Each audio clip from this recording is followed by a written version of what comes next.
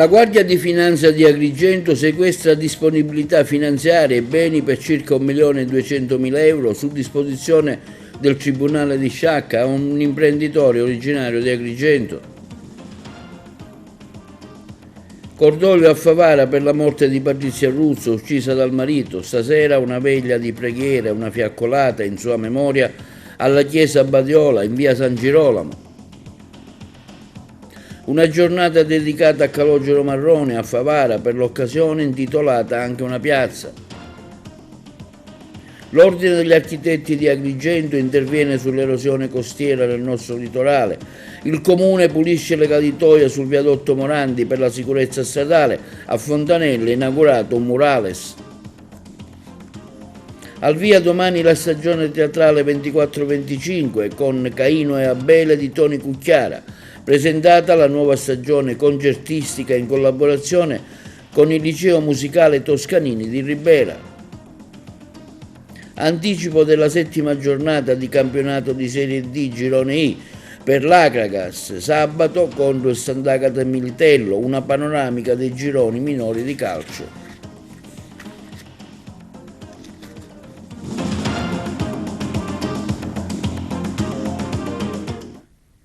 Buongiorno, benvenuti col nostro appuntamento di oggi, 18 ottobre, venerdì. Le fiamme gialle del Comando Provinciale di Agrigento nei giorni scorsi hanno dato esecuzione al decreto con cui il giudice per le indagini preliminari del Tribunale di Sciacca, su richiesta della locale Procura della Repubblica, ha disposto il sequestro preventivo di beni e disponibilità finanziarie per circa 1.200.000 euro. Ce ne parla Margherita Trupiano. Fiamme gialle del Comando Provinciale di Agrigento nei giorni scorsi hanno dato esecuzione al decreto con cui il giudice per le indagini preliminari del Tribunale di Sciacca, su richiesta della locale Procura della Repubblica, ha disposto il sequestro preventivo di beni e disponibilità finanziarie per circa 1.200.000 euro in misura corrispondente all'illecito profitto realizzato attraverso una serie di reati tributari da un imprenditore originario della Sicilia ma residente a Milano e da una società dal medesimo amministrata. In dettaglio, i finanzieri della compagnia di Sciacca hanno condotto investigazioni e nel corso di una verifica fiscale eseguita nei confronti della società operante nel settore delle tecnologie informatiche con sedi sia nel territorio siciliano che in Lombardia, l'attenzione degli investigatori si è da subito concentrata sui cospicui crediti d'imposta fruiti dall'impresa verificata negli anni dal 2020 al 2023 e maturati per attività di ricerca e sviluppo interamente ideata e svolta presso un'unità locale sita nel capoluogo lombardo, in parte utilizzando il proprio personale dipendente e in parte avvalendosi di consulenze fornite da società amministrate dal medesimo soggetto o da suoi familiari. Nel corso degli accertamenti, i militari hanno scoperto che l'azienda sottoposta a verifica ha indebitamente beneficiato degli incentivi fiscali previsti dal legislatore per gli investimenti nel Mezzogiorno, di fatto non spettanti, in quanto la società avrebbe dichiarato falsamente di avere sede con capacità produttiva nel territorio agrigentino. Allo scopo di incrementare ulteriormente l'ammontare delle agevolazioni fiscali ottenibili, l'impresa avrebbe poi utilizzato in misura maggiore a quella realmente spettante crediti d'imposta finanziati dal Piano Nazionale di Ripresa e Resilienza per investimenti e ricerca e sviluppo, transizione ecologica ed innovazione tecnologica, documentati da fatture emesse da soggetti economici appartenenti al medesimo gruppo familiare. La società in questione avrebbe quindi impiegato tali crediti non spettanti per abbattere illecitamente il proprio debito sia nei confronti del fisco che nei confronti degli enti previdenziali. Il provvedimento di sequestro è stato emesso sulla scorta degli elementi allo stato acquisito e pertanto, in attesa di giudizio definitivo, sussiste la presunzione di innocenza. Cordoglio a Favara per Patrizia Russo, l'insegnante vittima di femminicidio ad Alessandria, molto conosciuta in città, in quanto oltre ad avere in alcune scuole cittadine gestiva insieme al suo marito omicidia un banco di frutta e verdura nel mercato contadino che si tiene in piazza Cavour. Ce ne parla Giuseppe Moscato. Quelli che vedete accanto a me sono dei fiori che qualcuno ha portato qui per ricordare Patrizia Russo, l'insegnante uccisa da suo marito l'altro giorno in provincia di Alessandria. Qui siamo in piazza Cavour, la piazza principale di Favara. Quello che vedete alle mie spalle è il monumento dedicato ai caduti, ma questo è il posto che fino a circa un anno fa occupavano Giovanni e Patrizia, marito e moglie solari, bravissimi e benvoluti da tutti, perché avevano un banco di frutta e verdura nel mercato del giovedì, il mercato del contadino. Due persone apprezzate, dicevamo, oltre che per la loro attività, anche come persone. E poi Patrizia era anche un'insegnante ben voluta da tutti. Giovanni impegnato anche nel sociale, era attivista di Mare Amico, si era anche dedicato alla politica. Insomma, una coppia che alla vista di tutti era praticamente perfetta. Poi qualcosa si è inceppato, il dramma è accaduto. Giuse Moscato, una delle colleghe di Patrizia Russo. Certo, sentire una notizia così forse ha fatto andare in angoscia un po' tutti. Sì, aver avuto l'onore di conoscere Patrizia è un privilegio, perché è l'emblema della... non riesco a parlare del passato. Patrizia era l'emblema della solarità, della positività, un sorriso per tutti, una parola di conforto. Ricordare Patrizia in questo momento distrugge l'anima, perché la voglio ricordare viva, così come è sempre stata vicina a tutti. Il suo impegno, il suo lavoro a scuola, ma anche il suo impegno e il suo lavoro accanto al suo marito nel banco di frutta che gestivano fino a qualche anno fa qui a Favara. Una persona che non si sottraeva sicuramente ai propri doveri, al lavoro, quando finiva di aiutare il marito qui al mercato di ortofrutta, una doccia di corsa a scuola dove l'aspettavano i suoi ragazzi, ed era un'insegnante fantastica. Come è arrivata questa brutta notizia a scuola? È arrivata come un fulmine a ciel sereno, eravamo in classe e stentavamo a credere a quello che stavamo per sentire, perché non ci sono parole per spiegarlo. Abbiamo visto anche dei fiori, qualcuno ha portato dei fiori qui proprio nel posto dove loro montavano il loro banco verdura e frutta. Sì, il vuoto che lascia Patrizia è un vuoto incolmabile. Non ci sono parole veramente per esprimerlo. Noi assistiamo quotidianamente a questi assassini sulle donne con una facilità, come se si consumano come una scatola di cioccolatini. Cioè, oggi l'uomo è molto debole, secondo me, molto fragile, non accetta che la donna possa essere proprio alla pari, pensarla come l'uomo, quindi loro soffrono, gli viene a mancare quella virilità, secondo loro, perché mentre prima avevano un potere in mano, decidevano tutto, ora addirittura sentono la loro personalità indifesa. Quindi è importante che oggi si lavori proprio su questo problema, ma non sulle donne, ma sugli uomini, perché sono molto fragili, hanno bisogno di supporto veramente, sia a livello psicologico, sociale, economico, e devono liberarsi, cioè la società si deve liberare da queste catene, da questa schiavitù. E poi un appello alla giustizia, si danno delle penalità molto leggere ed è sbagliato, siamo stanche, sia le donne sia i bambini, tutta la popolazione, non solo quella favarese che piange diverse donne, sorelle, mogli, amiche, colleghe, ma tutta l'Italia piange ogni giorno, accendendo la televisione assiste a questo calvario, a questa guerra femminicida. E una veglia di preghiera e una fiaccolata in memoria di Patrizia Russo è stata organizzata questa sera a partire dalle ore 21 alla chiesa Battiola di Agrigento in via San Girolamo. A seguire è prevista anche un momento di preghiera. Intanto è atteso nelle prossime ore l'interrogatorio di garanzia di Giovanni Salamone, 61 anni, accusato di aver ucciso a coltellate la moglie. L'uomo ha già confessato il delitto, sebbene non abbia ancora chiarito il movente. Una giornata con Calogero Marrone, questo è il tema dell'alimentazione di oggi, a Favara, organizzata dalla Fondazione Culturale Calogero Marrone. Per l'occasione è stata installata una targa nella piazza dedicata allo stesso martire. Le interviste. Favara oggi rende omaggio a un suo illustre figlio, medaglia d'oro al merito civile, oltre che giusto tra le nazioni. Sì, abbiamo ritenuto opportuno come amministrazione, ma anche su proposta dell'allora Istituto Marrone, di dedicare una piazza importante al nostro concittadino.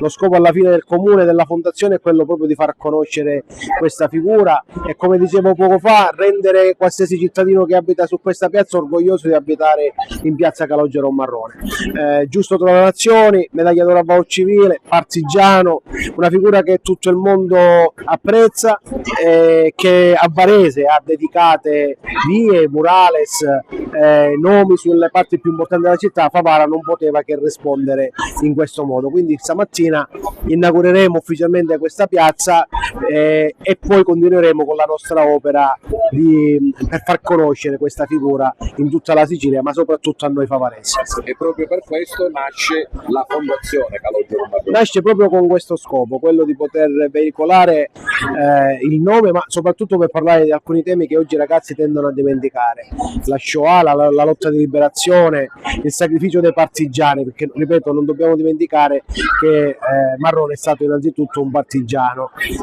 Tramite questi temi facciamo riscoprire questa figura importante per rendere tutti orgogliosi di questo nostro concittadino.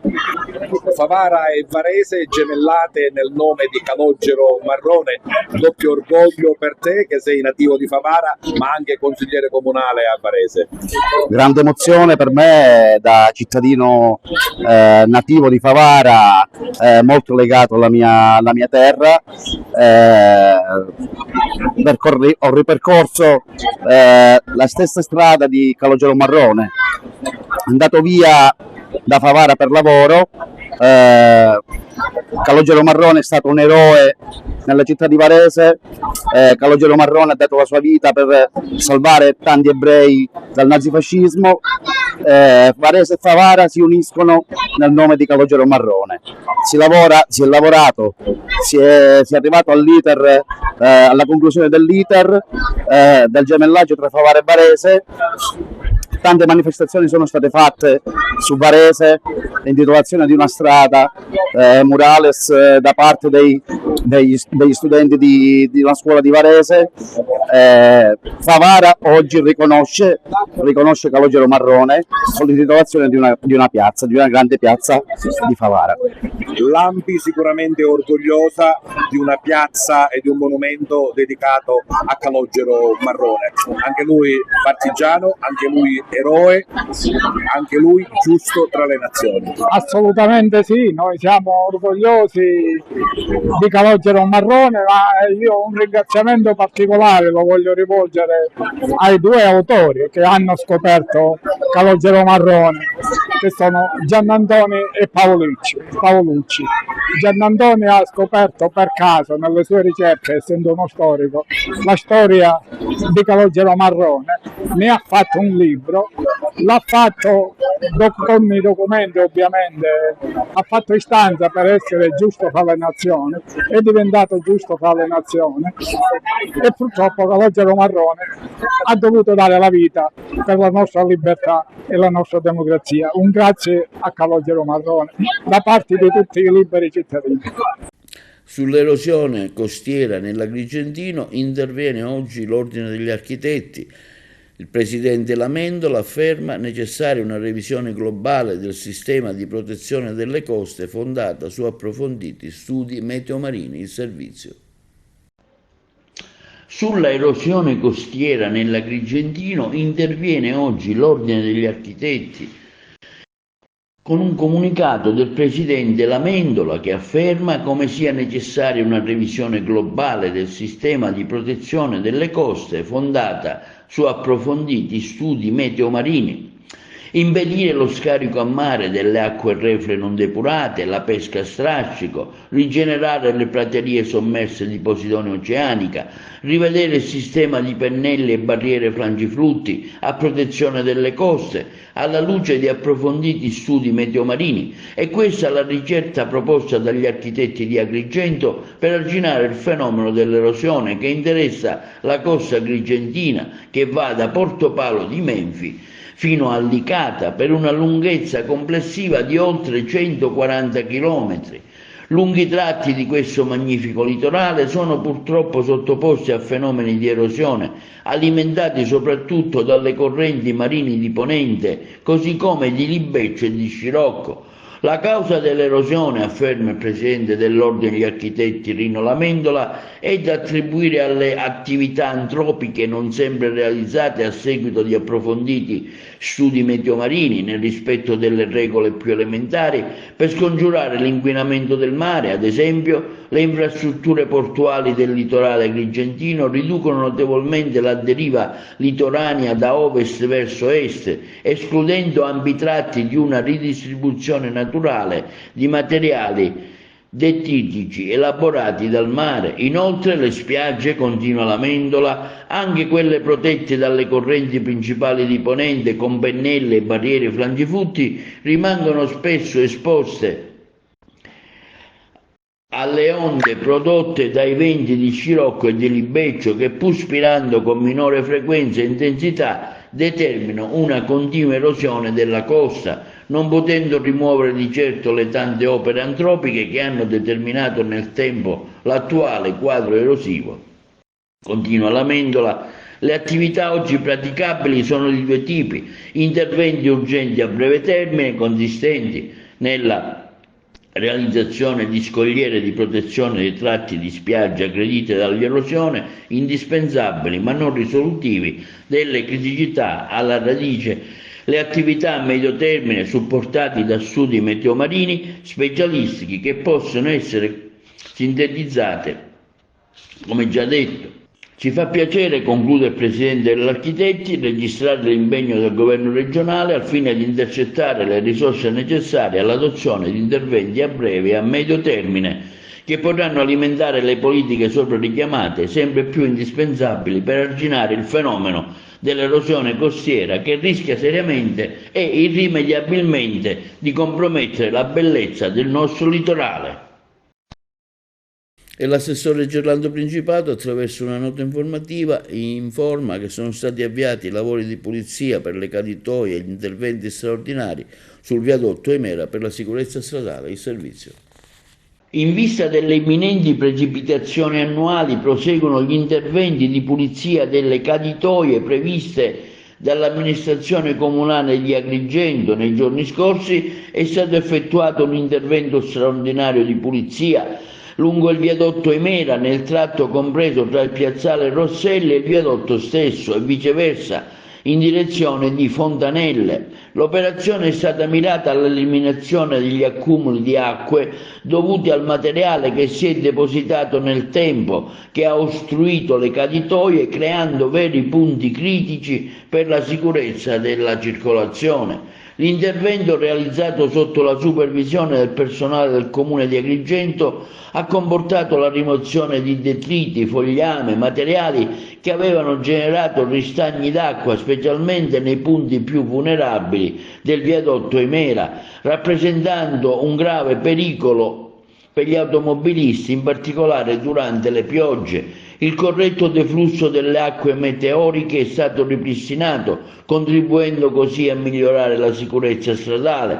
Questi lavori rientrano in un programma di manutenzione straordinaria avviato dall'amministrazione comunale di Agrigento, che con proprie risorse ha pianificato per tempo le opere necessarie a garantire la sicurezza e la fruibilità della viabilità urbana. Il Comune continuerà a monitorare la situazione, intervenire prontamente, estendendo la pulizia anche ad altre zone della città al fine di prevenire ulteriori disagi legati alle condizioni meteo, questo quanto comunicato dall'assessore ai lavori pubblici del comune di Agrigento Principato. Passiamo ora a Fontanelle, inaugurato il murales realizzato dagli abitanti del comitato di quartiere, ha seguito l'evento Eugenio Cairone.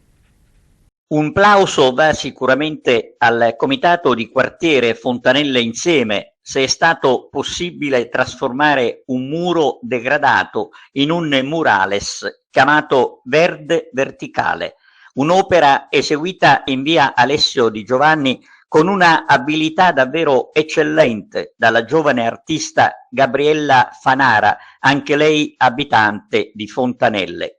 Un lavoro minuzioso che vuole lanciare un messaggio di eguaglianza e integrazione che parte da Fontanelle, dove proprio grazie al comitato di quartiere si portano avanti importanti progetti di riqualificazione urbana, con il solo contributo, bisogna sottolineare, di privati residenti nella zona e membri dello stesso comitato di quartiere. Per quanto riguarda lo spazio dove è stato inaugurato oggi il murales e dove da qualche anno esiste un parco giochi, anch'esso frutto dell'impegno del comitato, il comune aveva promesso una videosorveglianza e un'adeguata illuminazione, ma sotto questo aspetto non si è fatto nulla. Allora, un altro angolo di Fontanelle porta la firma del comitato di quartiere Fontanelle Insieme. Sì, anche oggi il comitato di quartiere Fontanelle Insieme dona alla collettività un'altra opera d'arte murale che per noi ha un valore importantissimo, oltre al fatto di rientrare in un progetto di riqualificazione che comprende un po' tutta Fontanelle. Ha un valore importante sotto più appunti, cioè, aspetti del valore che vogliamo trasmettere. Infatti sicuramente una cosa importante è l'aspetto estetico, valorizzare Fontanelle anche dal punto di vista estetico, renderla piena di colori. Un altro aspetto è sicuramente la cooperazione, perché alla realizzazione di questo murales hanno partecipato davvero tanti soggetti in maniera incondizionata, hanno lavorato dalla mattina alla sera affinché si potesse realizzare questo bellissimo murales. E poi per ultimo è un segno comunque di sensibilizzazione all'amore e al bene del bene comune. Comunque avete trasformato un muro che è un colpo d'occhio gradevole. Sì, ma noi speriamo di rendere tutta Fontanelle un museo a cielo aperto e rendere gradevole un po' tutti i muri del quartiere. Intanto qual è il messaggio che lancia il murales? Il messaggio che lancia il murales è molto semplice, è non soltanto la cura del patrimonio, dell'esistente, ma soprattutto dell'aspetto naturale.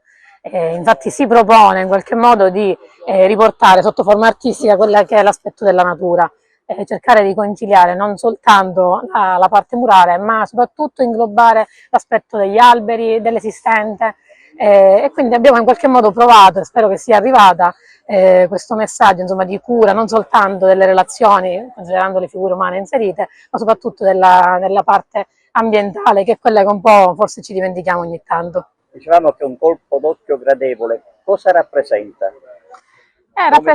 Come figure sono sostanzialmente una sorta di sottobosco che però non è privo di vita, anzi è proprio vivo, è proprio abitato, è qualcosa che si muove, dinamico, e quindi insomma abbiamo cercato in qualche modo di conciliare sia l'aspetto naturale, che comunque già è vivo di per sé, con l'essere umano, che alle volte si dimentica di quanto sia importante il contesto nel quale è inserito.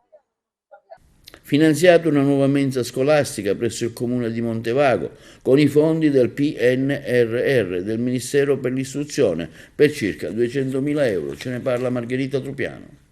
Nuovo finanziamento del PNRR in arrivo al Comune di Montevago per la realizzazione di una nuova mensa scolastica. Ne dà notizia il sindaco Margherita La Rocca Ruvolo. Il progetto presentato dal Comune Belicino è dell'importo complessivo di circa 218.000 euro ed è tra quelli ammessi nella graduatoria degli interventi finanziati a seguito del bando promosso dal Ministero dell'Istruzione per la realizzazione manutenzione e messa in sicurezza delle mense scolastiche nell'ambito del Piano Nazionale di Ripresa e Resilienza per favorire il tempo pieno, rispondendo alle esigenze dei comuni per le scuole di primo ciclo e delle province, delle città metropolitane per i convitti. Sono stati finanziati complessivamente 890 interventi in tutta Italia. Grande soddisfazione per questo ennesimo finanziamento,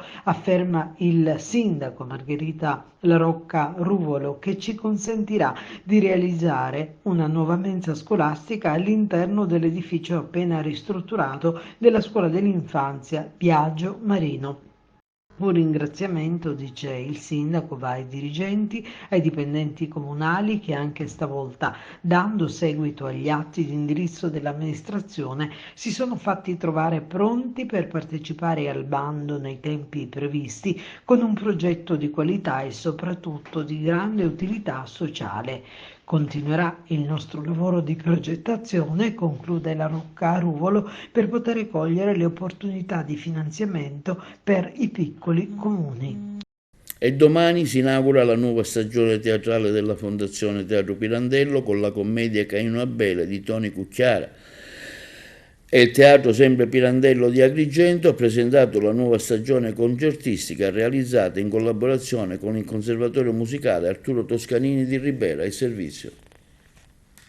Il Teatro Pirandello di Agrigento presenta la nuova stagione concertistica realizzata in collaborazione con il Conservatorio Arturo Toscanini di Ribera, un programma ricco di eventi che porta sul palcoscenico artisti di fama internazionale, giovani talenti del conservatorio, con un mix di generi musicali spaziando dalla lirica al jazz, dal classico al moderno. La stagione si aprirà il prossimo 16 novembre con il celebre Don Giovanni di Mozart.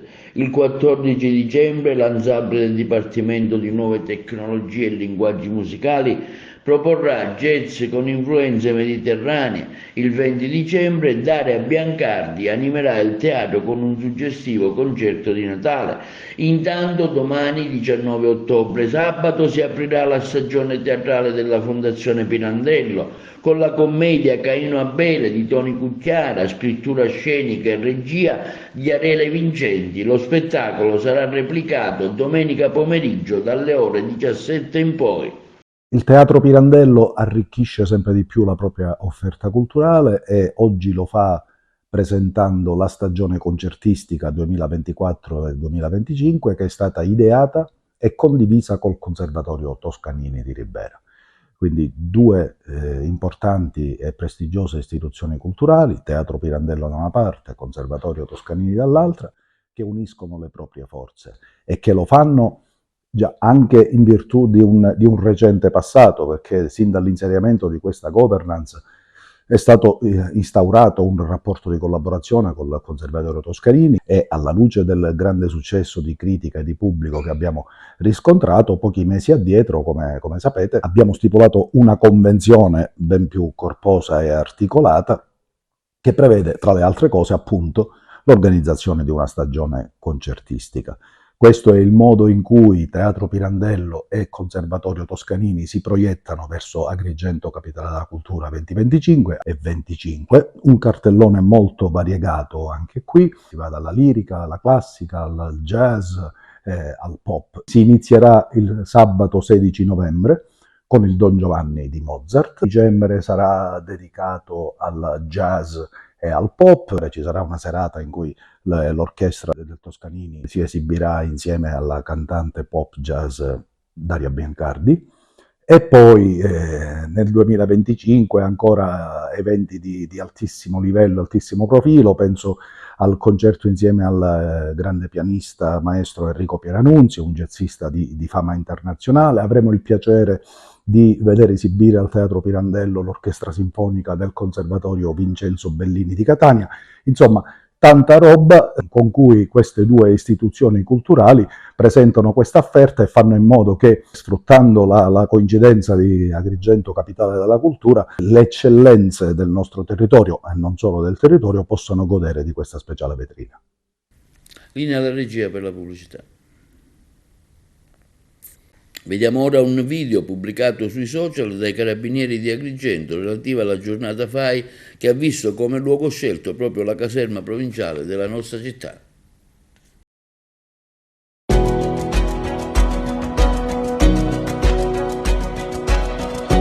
Mi dicevo forte e chiaro pure io, buona giornata a voi.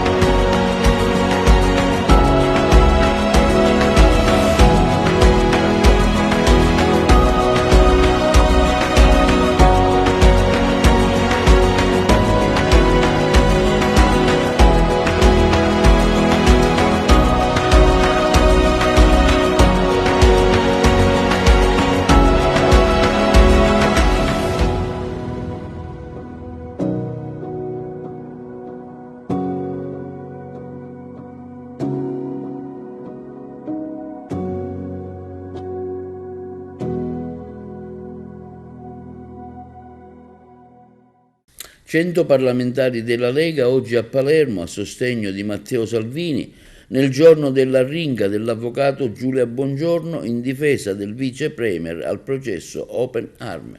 Ce ne parlano meglio i colleghi di Palermo.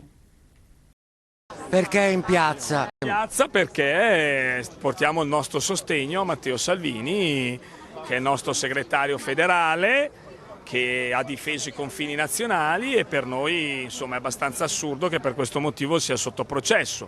Massima fiducia nella magistratura, convinti che alla fine ne uscirà assolto. All'origine di tutto c'è comunque una volontà politica di punire la Lega e Salvini. Mi fa sorpresa che ci si dimentichi ancora il caso Palamara e tutto quello che avevamo letto sulle intercettazioni, o meglio quel fatto sconvolgente di una magistratura che riconosceva la correttezza degli atti di Salvini, però diceva che bisogna punirlo, bisogna andarlo a inquisire perché è nostro avversario, nostro inteso loro. Quelle cose non è che ce le dimentichiamo e quindi inquinano molto i termini proprio di correttezza nel giudizio, che è quello che non riesce a fare il PD in Parlamento, poi cercano di farlo nelle aule di giudizio. È la prima volta che viene portato avanti un processo di questo tipo. Eravamo in un governo dove una parte, facente parte del governo, poi ha cambiato rotta mandandolo a processo. Noi siamo qui perché pensiamo che sia un processo sbagliato, perché come ho detto prima Matteo Salvini ha difeso i confini, ha portato avanti politiche chieste dagli italiani e ha fatto il suo dovere. Perché in piazza? Per esprimere solidarietà a Matteo Salvini, colpevole di aver difeso i confini dell'Italia. Onestamente non si può accettare l'idea che sul banco degli imputati non sia finita l'episodio dell'Open Arms, ma semplicemente un'ideologia, un pensiero politico con il suo leader. È chiaro che si tratta di un processo politico, noi auspichiamo che tutto possa finire in fretta e chiaramente in questa giornata vogliamo esprimere solidarietà a un uomo che ha messo tutto in questa vicenda nella consapevolezza che veramente rischiava la propria vita sul piano politico e sul piano umano. E per la politica gli stati generali di Forza Italia che si terranno il prossimo 26 e 27 ottobre a Palermo rinvia la possibile resa dei conti tra il governatore Schifani e l'ex lombardo dell'MPA, i colleghi di Trapani. Un faccia a faccia che non convince affatto gli analisti politici, quello delle scorse ore a Palazzo d'Orlean fra il governatore dell'isola Schifani e il primo pilota, si fa per dire, degli autonomisti siciliani Raffaele Lombardo. Un incontro calendarizzato, dicono, ancor prima che nascesse il trilaterale siglato dallo stesso Lombardo con Roberto Lagalla e Gianfranco Micciche. E al di là di quanto apparso stamane fra le righe della stampa cotonata, che parla di confermato clima di grande collaborazione e rispetto istituzionale rivoluzionaria del riportato sereno all'interno del centrodestra a Palazzo De Normanni, la ruggine fra i due, ma non solamente, sarebbe rimasta e come. Un Raffaele Lombardo che, stando sempre a quanto apparso stamane nella folta cronaca della politica regionale, parrebbe aver spiegato all'attuale governatore che la recente intesa a tre, che lo annovera protagonista con gli altri due big del voto isolano, non debba essere guardata come una mossa anti-Schifani.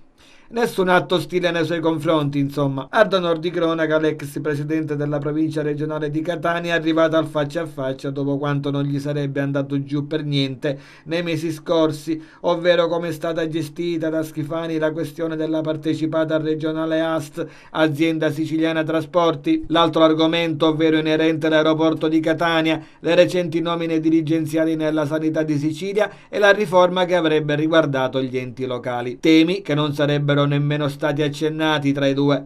Da rammentare in ultimo come il bilaterale abbia anticipato i previsti stati generali di Forza Italia, partito del quale Schifani fa parte, programmati dal 25 al 27 ottobre prossimo all'hotel La Zaccarella di Santa Flavia. E forse anche per questo l'attuale governatore siciliano ieri abbia evitato la resa dei conti per non trasferire a mo' di boomerang in quella sede il dissenso che esisterebbe fra le più anime del partito berlusconiano.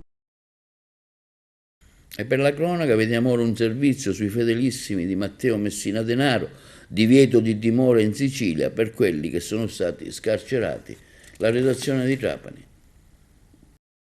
I fedelissimi del boss Matteo Messina Denaro, nonostante le condanne, sono stati scarcerati lunedì 14 ottobre dalla Corte d'Appello di Palermo a causa della scadenza dei termini di custodia cautelare. Tuttavia la Corte ha imposto rigide misure restrittive, tra cui il divieto di dimora in Sicilia e l'impossibilità di lasciare il paese. Il provvedimento, firmato dal collegio presieduto dal giudice Sergio Gulotta, è stato emanato poiché non sono emersi elementi che indichino un distacco degli imputati dalla compagine criminale.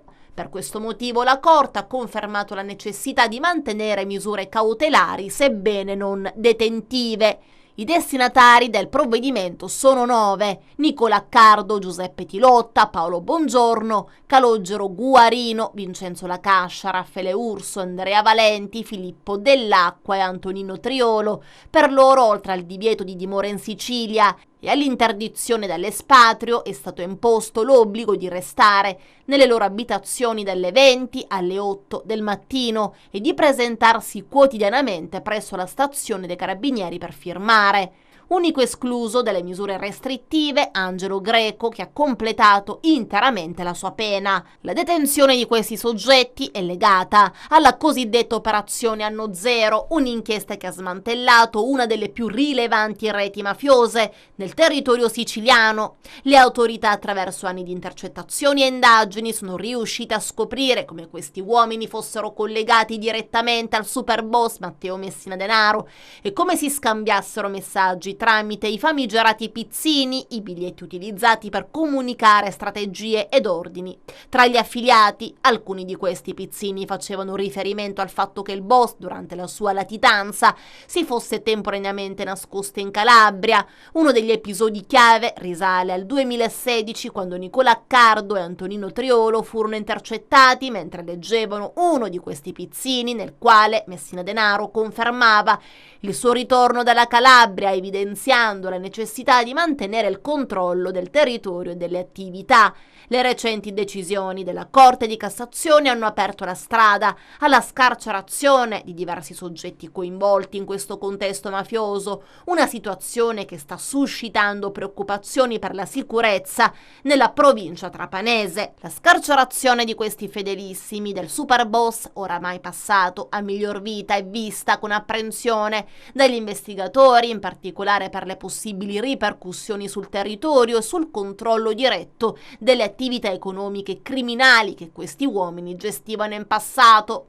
Ma anche la scarcerazione di questi boss preoccupa, e non di poco, Giuseppe Cimarosa, figlio di Lorenzo Cimarosa, sposato con la cugina di Matteo Messina Denaro e primo ed unico collaboratore di giustizia in seno alla famiglia mafiosa. permettendo l'arresto e la condanna della sorella Patrizia, del nipote Francesco Gutta Dauro e dei cognati. Di fatto tutto l'entourage di Messina Denaro, compresa la sorella Patrizia, è sempre stato pronto ad attuare azioni violente di vendetta, un po' come faceva la mafia, di vecchio stampo. La mia vita o la mia morte è stata spesso argomento di discussione, ha ammesso Giuseppe Cimarosa.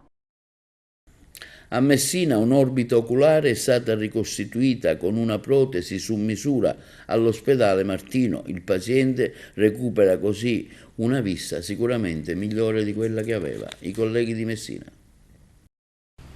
Ha ritrovato il proprio sguardo e una vista migliore il giovane paziente di 20 anni che nei giorni scorsi è stato operato dall'equipe dell'UOC di chirurgia maxillofacciale dell'azienda ospedaliera universitaria Gaetano Martino di Messina per posizionare una protesi dell'orbita costruita su misura per lui. Il giovane, dopo un incidente in moto, aveva subito diverse fratture con il coinvolgimento delle ossa facciali, in particolare una frattura delle ossa dell'emivolto sinistro. Nonostante gli interventi eseguiti in un altro ospedale fuori regione, gli esiti, soprattutto al volto, erano ancora evidenti con notevoli disturbi anche sulla vista. Il paziente infatti presentava un posizionamento anomalo fuori sede dell'orbita e delle strutture in essa contenute, oltre che da una visione doppia. Ciò accade quando i bulbi oculari non sono in asse e non si muovono in maniera sincrona. Pertanto era stata predisposta l'indicazione per un nuovo intervento. Da qui la necessità di costruire una protesi che potesse ricalcare nella maniera più fedele possibile la forma e la posizione del pavimento orbitario del lato non colpito dal trauma. Questa protesi, fatta su misura, costruita in titanio, è stata progettata grazie all'utilizzo di specifici software che hanno permesso di rispecchiare fedelmente la forma dell'orbita sana.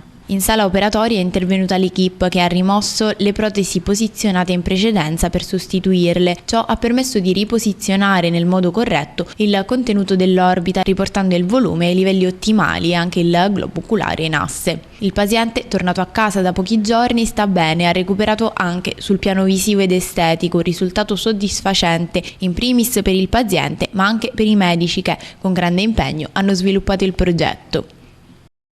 Un corso di formazione sulla figura del disaster manager che diventa sempre più strategica e fondamentale di fronte alle ripetute calamità naturali a cui è soggetto questo territorio troppo fragile. Questo è il terzo incontro che facciamo a livello nazionale proprio per presentare questo corso che vedrà alla fine una figura che potrà mettersi a disposizione delle pubbliche amministrazioni, di tutti quei soggetti che devono prevenire, soprattutto più che gestire l'emergenza, ma prevenire gli eventi, quindi con un apporto molto tecnico che dovrà essere ovviamente ancora più specializzato, pensando, come diceva lei, tutto quello che sta succedendo sia dal punto di vista delle alluvioni che dal punto di vista dei terremoti in Italia dal nord al sud negli ultimi anni. Quanto è importante e fondamentale il ruolo dei vigili del fuoco nelle calamità naturali? Si parte da un ruolo cosiddetto istituzionale da parte dei vigili del fuoco e in questo caso per le max emergenze l'attivazione della colonna mobile regionale finalizzata ad garantire un'attività di soccorso nell'immediato dell'emergenza. La prima attività importante per la protezione civile è la pianificazione di protezione civile su ogni territorio, vuol dire in ogni comune. Quindi ogni comune deve dotarsi di un piano di protezione civile, il che vuol dire non solo l'emergenza, attenzione, vuol dire un piano di protezione civile con le attività di previsione, prevenzione, emergenza e ripristino. Quindi il piano di protezione civile abbraccia queste 4 attività. E il geometra è una figura professionale che queste 4 attività racchiuse nel piano le può sviluppare comune per comune, territorio per territorio, tenendo conto dei rischi mappati sui determinati territori. Ecco, quale può essere il valore aggiunto di questa figura strategica in questo piano di prevenzione a cui faceva riferimento lei? Il valore aggiunto è che è molto diffuso sul territorio la figura del geometra e poi è una figura che permette di parlare e fare protezione civile non in emergenza, in tempi cosiddetti di pace, è lì che si fa protezione civile. Già il disaster manager ha dei compiti ben precisi, che è quello di coordinare tutte le operazioni di soccorso nel post evento, però la formazione che noi chiediamo è quella anche di creare un approccio alla prevenzione prima dell'evento. Chiaramente manca un'analisi del profilo emotivo Chiedete alla Regione anche che venga istituzionalizzata questa figura, da lì deve partire tutto. Certo, non solo istituzionalizzata, però formarlo proprio dal punto di vista emotivo, perché ha a che fare con la popolazione. Appuntamento oggi pomeriggio alle ore 18 alle fabbriche Fondazione Orestiadi di Agrigento. Si ricorderà Enzo Lauretta, intellettuale politico, con una conversazione a più voci intorno al libro che ha pubblicato Stefano Miliotto per tracciarne un ritratto a 10 anni dalla sua scomparsa, un ricordo e un recupero della memoria con il dono del volume a tutti i partecipanti fino a esaurimento delle copie. A tal riguardo il Codacons di Agrigento ha proposto all'amministrazione comunale la intitolazione del Viale della Vittoria proprio a Enzo Lauretta in occasione del decennale della sua scomparsa. Passiamo alle notizie sportive. Sabato prossimo l'Akragas sarà impegnato con un anticipo della 7ª giornata di campionato di Serie D Girone I con il Sant'Agata di Militello. Vediamo anche una panoramica delle serie minori curata dal collega Carmelo Lentini. Sabato prossimo 26 ottobre l'Akragas sarà impegnato in anticipo per la 7ª giornata di campionato a Sant'Agata di Militello per sfidare la locale squadra. A dirigere questa gara sarà la seguente terna arbitrale: Matteo Moncalvo di Collegno con assistente Kevin Turra di Milano e Roberto Pozzi di Varese. Occorre anche ricordare che dopo la sfida di Sant'Agata l'Akragas ritornerà all'Esseneto per disputare l'infrasettimanale contro il Ragusa. Infine si è recuperata la partita della 5ª giornata, sempre del Girone I, della Serie D Regina Acireale, che era stata sospesa per infortuni all'arbitro alla fine del primo tempo. Si partiva dall'inizio della seconda frazione di gioco con la Regina in 10 uomini e con la formazione acese in vantaggio per 1-0 per effetto del gol realizzato da Di Mauro. Il match si è concluso poi sull'1-1 grazie al gol amaranto di Girasole. Con questo punto il Città di Acireale lascia l'ultima posizione e stacca di un punto sia l'Akragas che l'Acireale. Scendendo di categoria e precisamente in prima, Girone B, l'Empedoclina sembrerebbe intenzionata a non scendere in campo contro lo Sporting Termini ed è valida la gara per la 4ª giornata di campionato, in quanto la Questura di Agrigento non ha ricevuto ancora la documentazione richiesta al Comune di Porto Empedocle utile al rilascio dell'agibilità dello stadio Vincenzo Collura di Porto Empedocle. Tifosi chiaramente granata in ansia, anche perché alla terza eventuale rinuncia dell'Empedoclina si rischierebbe di essere depennata d'ufficio. Mister Lillo Bonfatto in sala stampa per presentare la sfida di domani sul campo della città di Sant'Agata. Le insidie di questa partita quali sono? Le insidie sono che il Sant'Agata sta vivendo un momento buono, viene da 2 vittorie, però sappiamo l'importanza della partita. Sì, è vero, giochiamo fuori casa, tra virgolette è uno scontro diretto, l'abbiamo preparata bene, i ragazzi si sono impegnati al massimo, dobbiamo cercare di raccogliere ancora di più quello che stiamo seminando durante le settimane. Noi, come dico ai ragazzi, dobbiamo cercare, quando andiamo a giocare con tutte le squadre, cercare di dettare le nostre idee, i nostri principi e cercare di ottenere sempre il massimo. Quanto è importante la posta in palio, soprattutto per l'Akragas, che ha bisogno di punti per risollevarsi dai bassi fondi della classifica? È fondamentale per dare quella spinta in più a questo gruppo che ha bisogno proprio la vittoria per cercare di uscirne fuori da questa classifica. E questa la classifica, può essere vera, può essere bugiarda, non lo so, non mi interessa, non sta a me dirlo, però vedo negli occhi dei ragazzi voglia di rivalsa, vedo negli occhi dei ragazzi la voglia di dimostrare che ci sono stati tanti incidenti di percorso, però adesso siamo sulla strada giusta, i ragazzi hanno mentalità, stanno acquisendo quella cultura del lavoro che avevano prima, ma ogni giorno migliorano sempre di più. Il Sant'Agata che avversario è? Domani che partita ti aspetti sotto l'aspetto tattico? Allora, il Sant'Agata è una squadra che soprattutto in avanti ha gente di qualità, sugli esterni ha gente brava nell'1 contro 1, brava nel calciare in porta. gente di categoria, quindi sarà una partita difficile, come del resto sono tutti in questi gironi, però ripeto, noi dobbiamo essere consapevoli di andare lì a Sant'Agata e giocarci le nostre carte, perché abbiamo le qualità per far male, dobbiamo solo avere sempre più attenzione, ogni giorno che passa dobbiamo mettere un mattoncino in più e cercare di raccogliere più punti possibili. Dopo 6 giornate cosa ha detto questo campionato?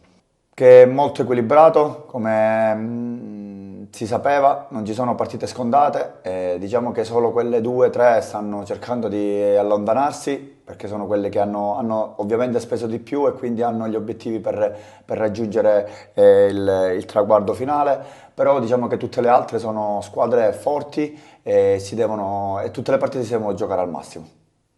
E questo è tutto per l'appuntamento odierno di TV Notizie. Vi ricordiamo che i nostri programmi si possono vedere in tutta Italia sul 268 del digitale terrestre per chi ha le smart TV, in streaming sul sito www.televideagrigento.tv e il telegiornale sul canale 93 di Video Sicilia alle 15 alle 20 e replica la mattina. Inoltre potete vedere i nostri servizi sul canale YouTube di Televideo Agrigento. E questo è tutto e vi auguriamo una buona serata.